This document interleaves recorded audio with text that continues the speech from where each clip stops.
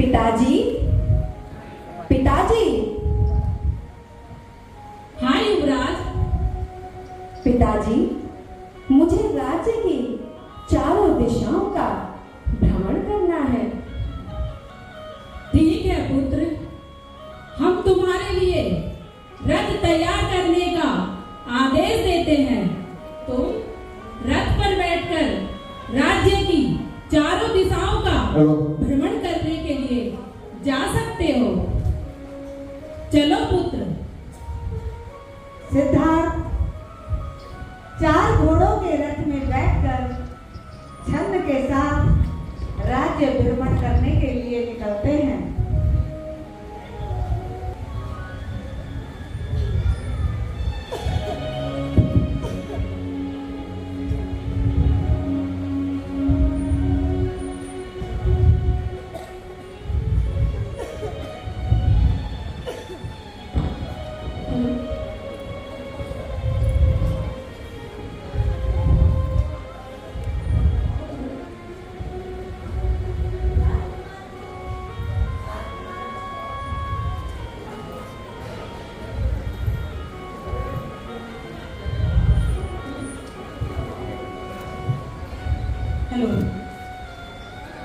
राजकुमार को देखने के लिए लोग बाहर निकल आते हैं।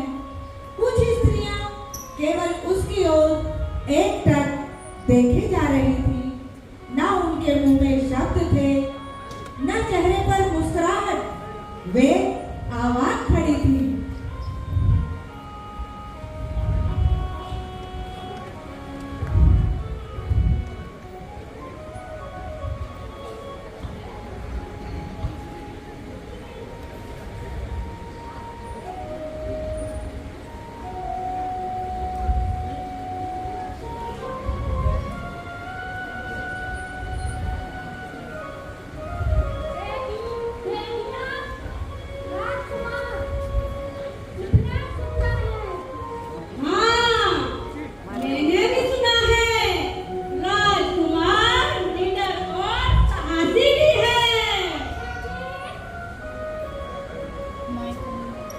जब सिद्धार्थ की राज्य की पहली दिशा का भ्रमण करते हैं तो वहां से एक बूढ़ा व्यक्ति हंसते हुए गुजरता है।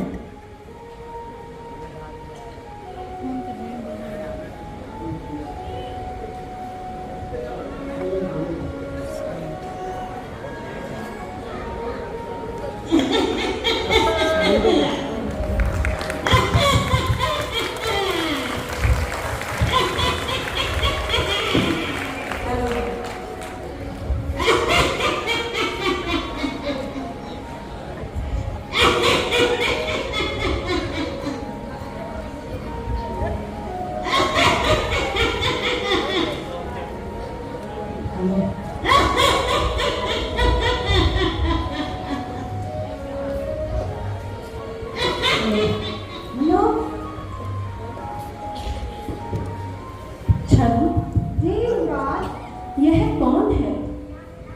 इसके बाल भी सफेद हैं और यह बहुत दुर्बल भी है। और तो इसकी त्वचा भी सिकुड़ी हुई है। वह एक बूढ़ा व्यक्ति है। उसको उम्र ने डुबा दिया है। छल, क्या सभी बूढ़े हो जाते हैं? जी सबको बूढ़े होना पड़ता है। यही प्रकृति का नियम है। छल, जी क्या मेरी यशोधरा भी बूढ़ी हो जाएगी? क्या मेरी शक्ति भी समय के साथ खत्म हो जाएगी? जी आप बहुत चिंतित लग रहे हैं। जब सिद्धार्थ राज्य की दूसरी दिशा का भ्रमण करने के लिए जाते हैं तो वहां पर एक बीमार व्यक्ति को देखते हैं।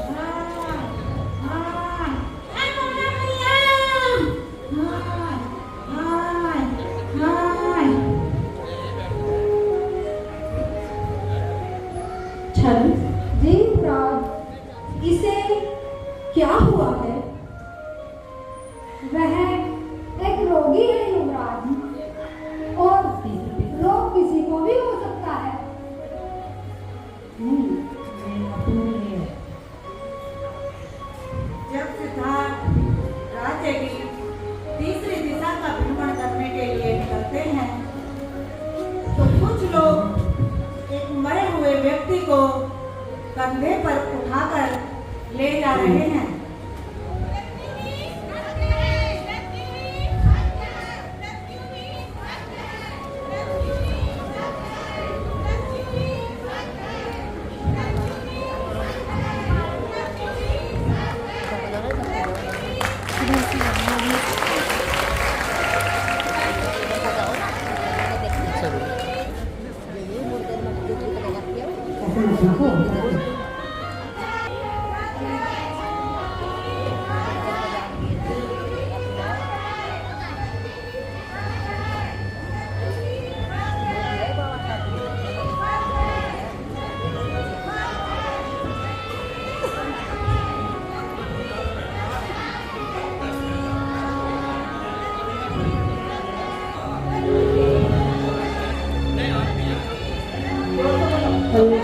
मृत्यु ही सत्य है, मृत्यु ही, मृत्यु ही, मृत्यु ही, मृत्यु ही, मृत्यु ही।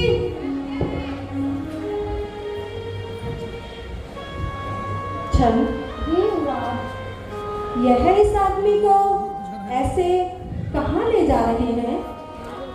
क्योंकि वह मर चुका है युवराज।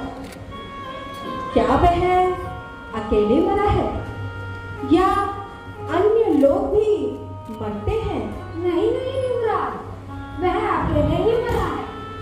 जो कोई भी जन्म लेता है उसको मरना पड़ता है युवराज। यही प्रकृति का नियम है। छन, जी युवराज। ये सब देखकर मैं बहुत दुखी हूँ। चलो महल वापस चलते हैं। चलिए युवराज। सिद्धार्थ दुखी मन से महल वापस चल देते हैं। आइए तो वहां पर एक तपस्वी को देखते हैं जो आंख बंद करके बैठा हुआ है।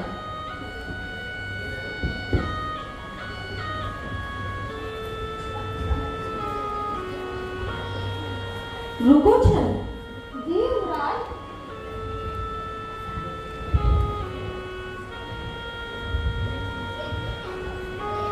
हेलो, यह कौन है?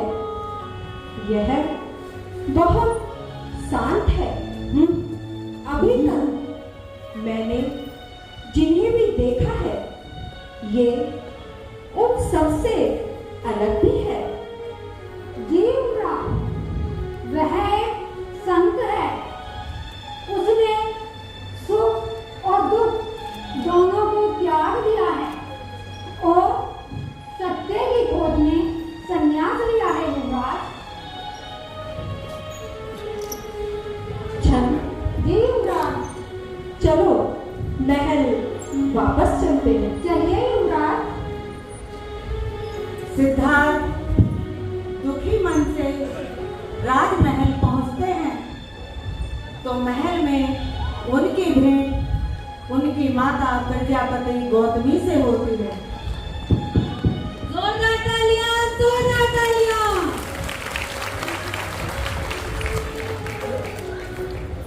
सिद्धार्थ तुम उदास क्यों हो पुत्र? माँ, मैंने देखा है सब कुछ परिवर्तनशील है। मनुष्य जन्म लेता है, बीमार होता है और मृत्यु को प्राप्त हो जाता है। ये सब देखकर मैं बहुत दुखी हूँ। मुझे दुख मुक्ति का मार्ग खोजना होगा। नहीं,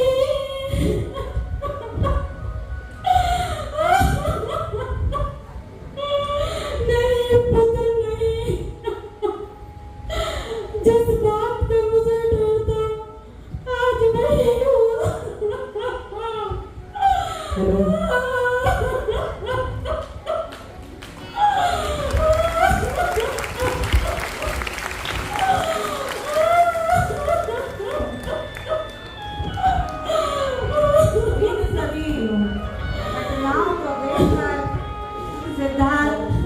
व्याकुल रहने लगा और दुख मुक्ति के मार्ग पर विचार करने लगा। अभी सिद्धार्थ के मन में ये सब चल ही रहा था कि तभी रोहिणी नदी के जल को लेकर एक विवाद उत्पन्न हो गया।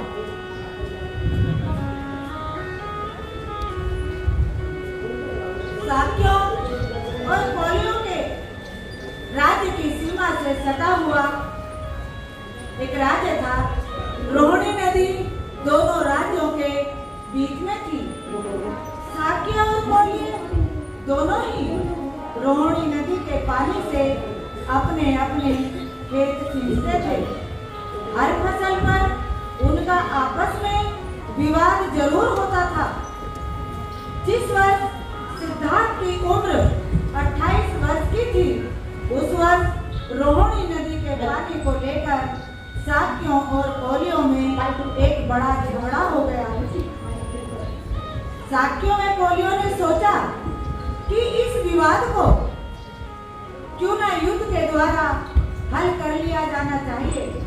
अतः शाक्यों के सेनापति ने कौलियों के विरुद्ध युद्ध की घोषणा पर विचार करने के लिए शाक्य संघ की एक सभा का अधिवेशन बुलाया।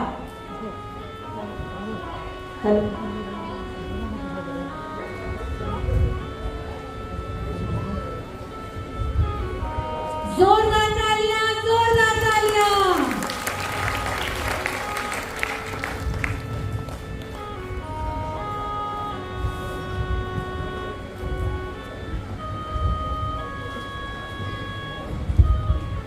हेलो, क्या सभी लोग आ चुके हैं? क्या सभा शुरू की जाए? सेनापति जी। हमारे तौर पर कौलियों ने आक्रमण किया है। इससे पहले भी उन्होंने कई बार आक्रमण किया है।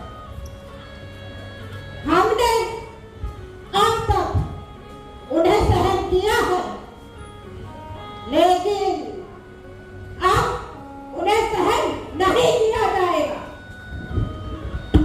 उन्हें रोकना होगा और उन्हें रोकने का एक ही रास्ता है कि कौलियों के विरुद्ध युद्ध की घोषणा कर दी जाए और जो इसका विरोध करते हैं वह बोले। मेरे विचार में शाक्यों को कौलियों पर युद्ध करने में जल्दबाजी नहीं करनी चाहिए। युद्ध से हमारे उद्देश्य की पूर्ति नहीं हो सकती, परंतु एक और युद्ध का बीज आरोपण हो जाएगा। किसी भी हत्या करने वाले को कोई और दूसरा हत्या करने वाला मिल ही जाता है। किसी जीतने वाले को कोई और जीतने वाला मिल ही जाता है। हमें यह पता लगाना होगा कि दोषी कौन है। मैंने सुना है हमारे आदमी भी आक्रामक रहे हैं। यह ठीक है कि हमारे आदमी भी आक्रामक रहे, लेकिन हमें यह नहीं भूलना चाहिए कि पहले पानी लेने की बारी हमारी थी। हाँ, हमारी थी, हमारी है। हाँ, मेरा प्रस्ताव है कि हम भी अपने में से 2 आदमी चुनें और शाक्यों को भी कहें कि वे भी अपने में से 2 आदमी चुनें। ये 4 आदमी मिलकर एक 5वें आदमी को चुनें और ये 5 आदमी मिलकर इस झगड़े का समाधान करें। जब तक कौलियों का पर कठोर दंड नहीं दिया जाता, तब तक इस समस्या का समाधान नहीं होगा। मेरी संघ से प्रार्थना है कि शाक्य और कोली निकट संबंधी नहीं हैं। युद्ध करना ठीक नहीं होगा। हाँ हाँ, ठीक नहीं होगा। ये बुद्धिमानी नहीं है कि हम एक दूसरे को बर्बाद करें। युवराज, राज्य के हित में अपने सगे भाइयों से भी लड़ना पड़ता है। युद्ध करना क्षत्रिय का कर्तव्य है। जोरदार तालियां, जोरदार तालियां। जहां तक मैं समझता हूं, बुद्धिमानी इसमें नहीं है कि हम एक दूसरे को बर्बाद करें। हमें इस विवाद में नहीं पड़ना चाहिए। हमें संघ का विचार लेना चाहिए। हाँ, संघ का विचार लेना चाहिए। दूसरे दिन सेनापति ने शाक्य संघ की एक और सभा बुलाई, जिसका उद्देश्य था अनिवार्य सैनिक भर्ती की योजना पर विचार करना। सभा में दोनों पक्ष उपस्थित थे। एक वे जिन्होंने युद्ध के पक्ष में मत दिया था, दूसरे वे जिन्होंने युद्ध के विरोध में मत दिया था। सभी बैठ जाते हैं, लेकिन अपनी बात कहने का साहस कोई न कर सका। यह देखकर सभी मौन बैठे हैं।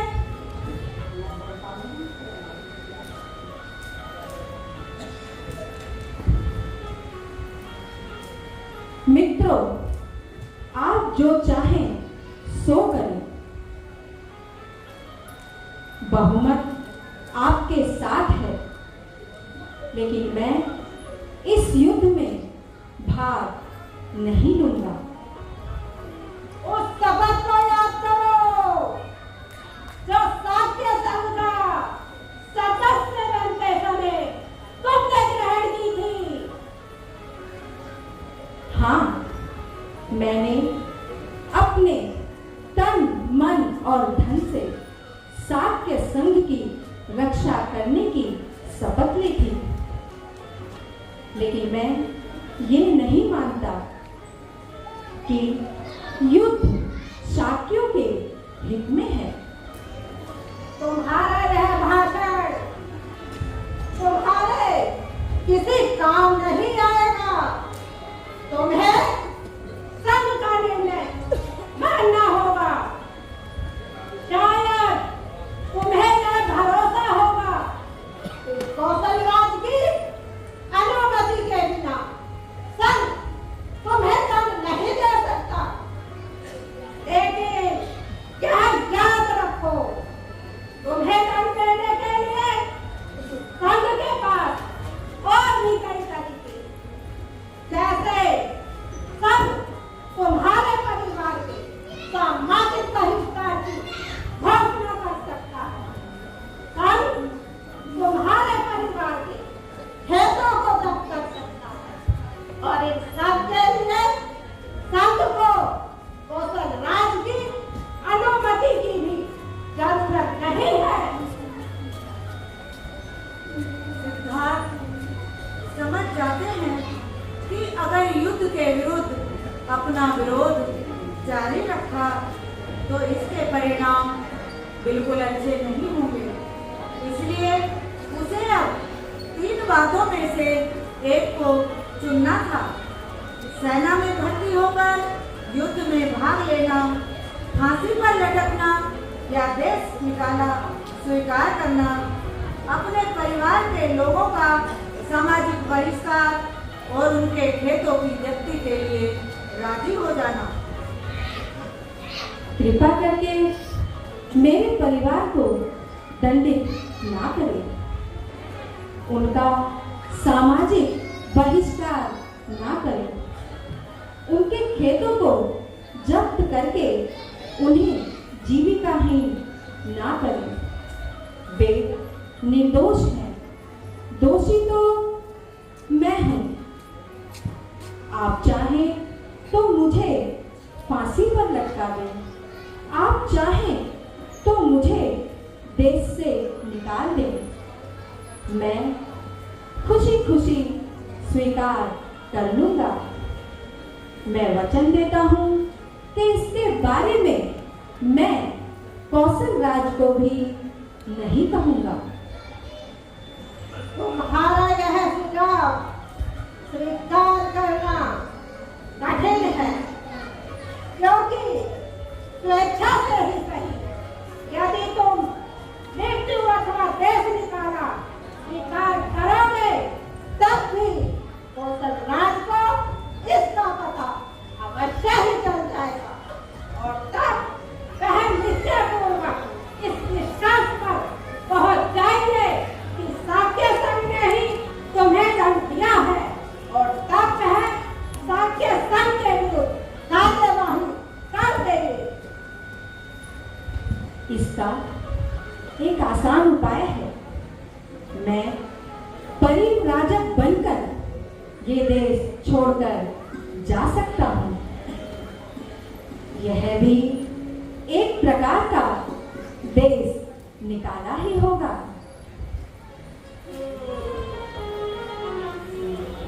यह मार्ग एक अच्छा रास्ता। सेनापति जी, मुझे कुछ कहना है। कि कहिए, अनुमति है। इस बात में तनिक भी संदेह नहीं कि सिद्धार्थ देश छोड़कर चला जाएगा। ओह, अब बताइए आप, सिद्धार्थ देश छोड़कर चला जाएगा तो क्या युद्ध तुरंत हो जाएगा?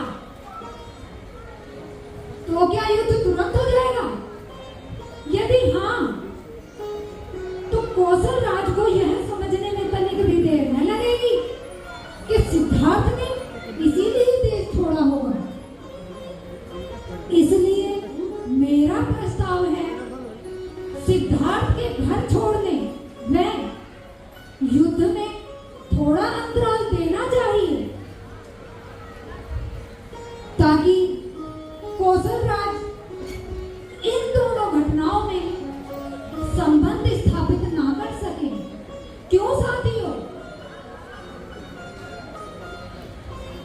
इस प्रकार साक्य संघ का दुखद सत्र समाप्त हुआ और सिद्धार्थ का परिव्राजक बन देश छोड़ने का प्रस्ताव पास हो गया।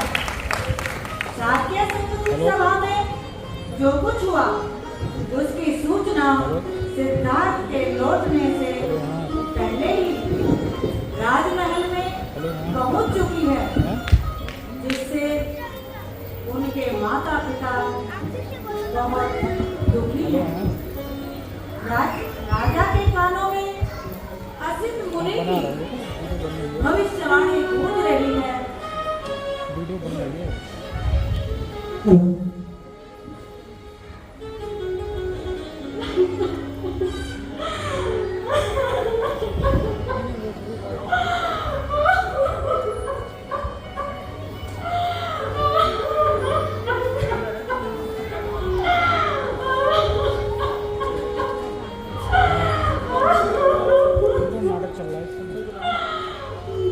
माया, ये हमारे पुत्र ने क्या किया? हमने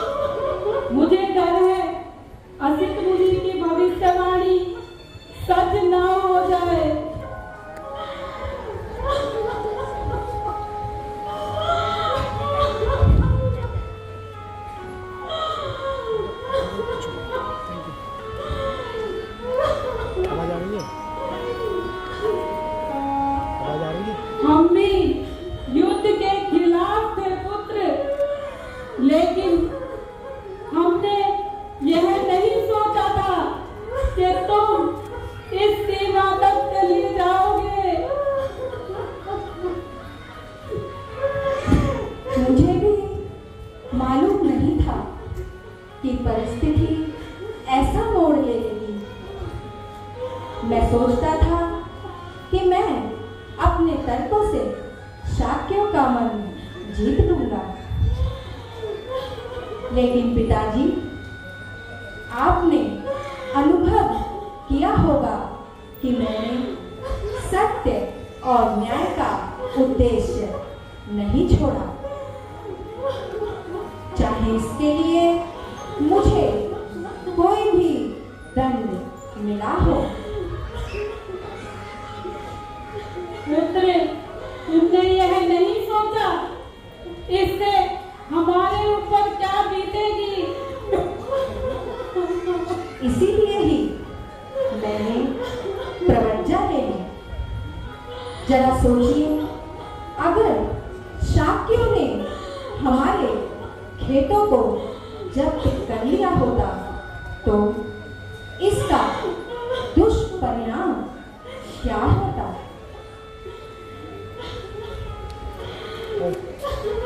पुत्र, तुम्हारे बिना इन खेतों का क्या लाभ? हमें भी अपने साथ ले चलो।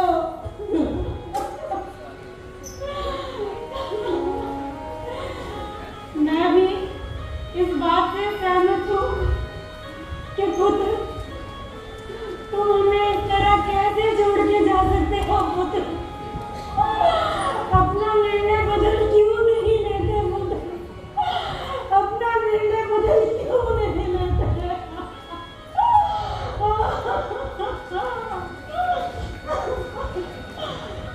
माँ, तुम इस प्रकार दुखी होना शोभा नहीं देता।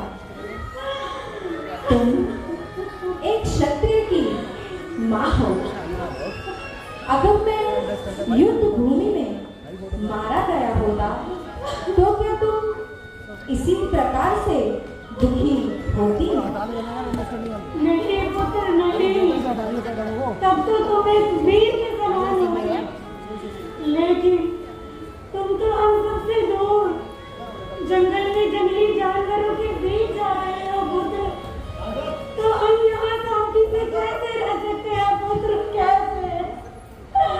तुम हमें भी अपने साथ ले चलो। पुत्र, हमें भी अपने साथ ले चलो। पुत्र, मैं तुम सबको अपने साथ नहीं ले जा सकता। नन अभी बच्चा है। मेरे पुत्र राहुल का अभी अभी जन्म हुआ है। क्या तुम इन सबको छोड़कर मेरे साथ जा सकोगी? तुम जंगली जानवरों में कैसे रहोगे? पुत्र, कैसे? हाँ, मुझे पता है। जंगली जानवरों के बीच मुझे अकेले ही रहना पड़ेगा, लेकिन जंगली जानवरों के बीच अकेले रहना या पोलियो के बद्ध में भागीदार बनना, इसमें उत्तम क्या है? पुत्र, इतनी जल्दी क्यों? साध्य संघ ने युद्ध को कुछ दिनों के लिए टाल दिया है। हो सकता है युद्ध ना हो। तुम अपना फैसला बदल क्यों नहीं देते? क्योंकि मैंने प्रवचित होने का वचन दिया है, इसीलिए साध्य संघ ने लड़ाई को टाल दिया है। मैंने वचन दिया है, इसीलिए मुझे अपने वचन का पालन करना होगा। वचन का पालन ना करने का परिणाम हमारे लिए अच्छा नहीं होगा।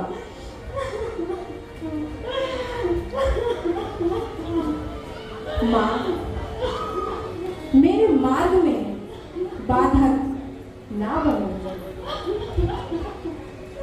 ये जो ही हो रहा है, मुझे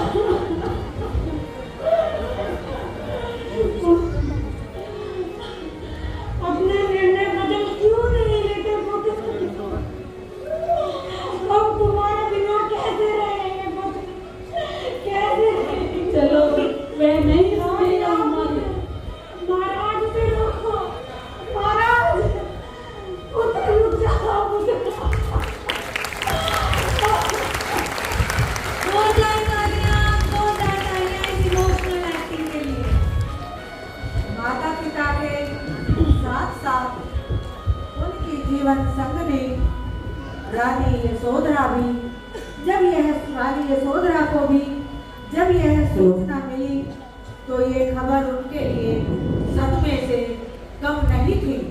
मानो जैसे कोई पहाड़ टूट पड़ा हो।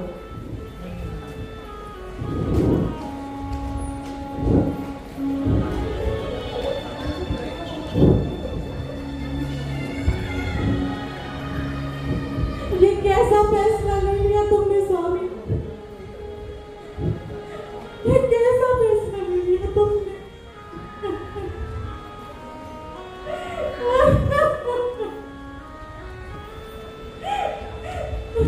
रो मत पुत्र। तुम्हारे पिता कहते हैं कि मनुष्य दुख का उपाय ढूंढता है और दुख का कारण ढूंढना है। वो कहते हैं कि उन्हें अपने प्रश्नों का उत्तर चाहिए, परंतु मेरे प्रश्नों का क्या? उनके पुत्र के प्रश्नों का क्या? मत करिए ऐसा स्वामी।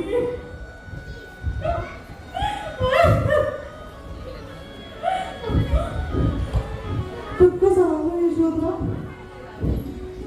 शायद वो आते ही होंगे। सिद्धार्थ यशोधरा के कक्ष में पहुंचे तो उसे देखकर मौन हो गए। वे समझ नहीं पा रहे थे कि यशोधरा से कैसे बात करें, कैसे कहें कि मैंने प्रवज्ञा ले ली है। तभी यशोधरा ने चुप्पी तोड़ते हुए कहा,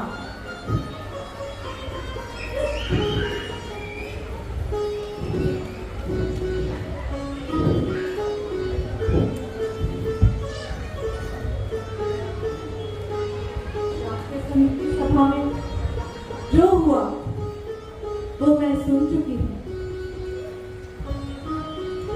यशोधरा, तुम बताओ, मेरे निर्णय के बारे में तुम क्या?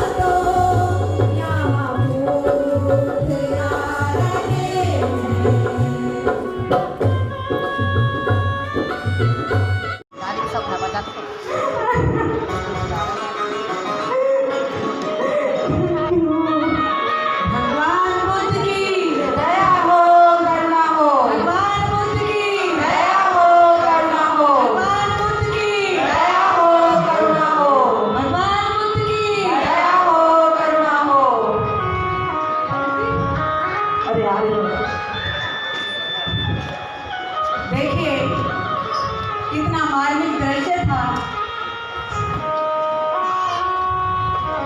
अभी तक हमने सिर्फ इतनी कहानी पढ़ी थी कि सिद्धार्थ गौतम रात को सबको सोता हुआ छोड़ के चले गए, लेकिन बाबा साहब ने भगवान बुद्ध और उनके धम्म में जो लिखा वो इस छोटे से नाटक के माध्यम से हमने आपको बताने की कोशिश की है। अगर आपको अच्छा लगा तो इसके लिए सभी के लिए जोरदार तालियों से स्वागत करें। बहुत बहुत धन्यवाद। तो अभी आज बुद्ध पूर्णिमा हम मनाई जा रही है और हमें बहुत अच्छा लगा। बंदे जी ने हमारे लिए सारी सुविधाएं दी नाटक के लिए, और ऐसे ही आप में से किसी को भी ऐसा कोई नाटक करवाना हो तो आप हमसे ज़रूर कांटेक्ट करिएगा। नंबर हमारा सबके पास है, फेसबुक पे भी है। तो आइए गीत के माध्यम से जब भगवान बुद्ध वापस आते हैं तो कैसी तैयारियां होती हैं कपिलवस्तु राज्य में, तो गाने के माध्यम से मैं बताना चाहूँगी। रेडी?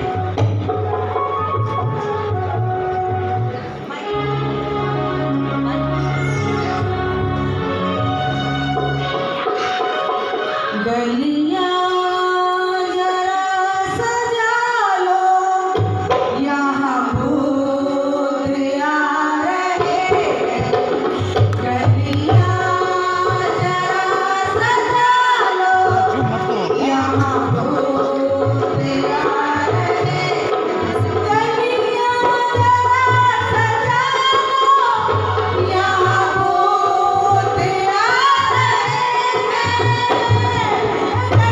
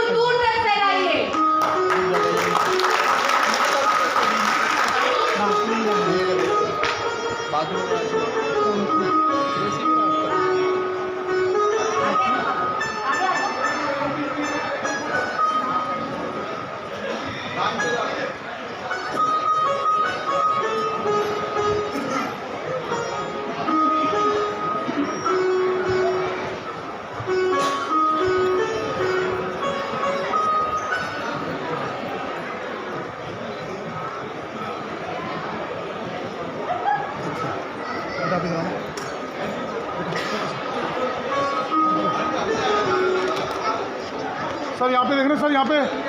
हाँ जी मैम। हेलो, अरे एक मिनट, यहाँ पे, आप यहाँ पे देख लो, यहाँ पे देखो, यहाँ पे देखो।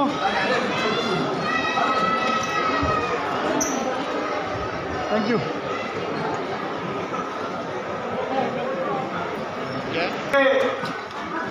गुरु रविदास मार्ग काला मस्जिद DDA फ्लैट पर आज शाम को 4 बजे से सांस्कृतिक कार्यक्रम और कवि सम्मेलन का आयोजन हो रहा है, तो सभी वहाँ पे भी सादर आमंत्रित है। जय भीम, नमो बुद्धाय। Thank you Meena ji, thank you.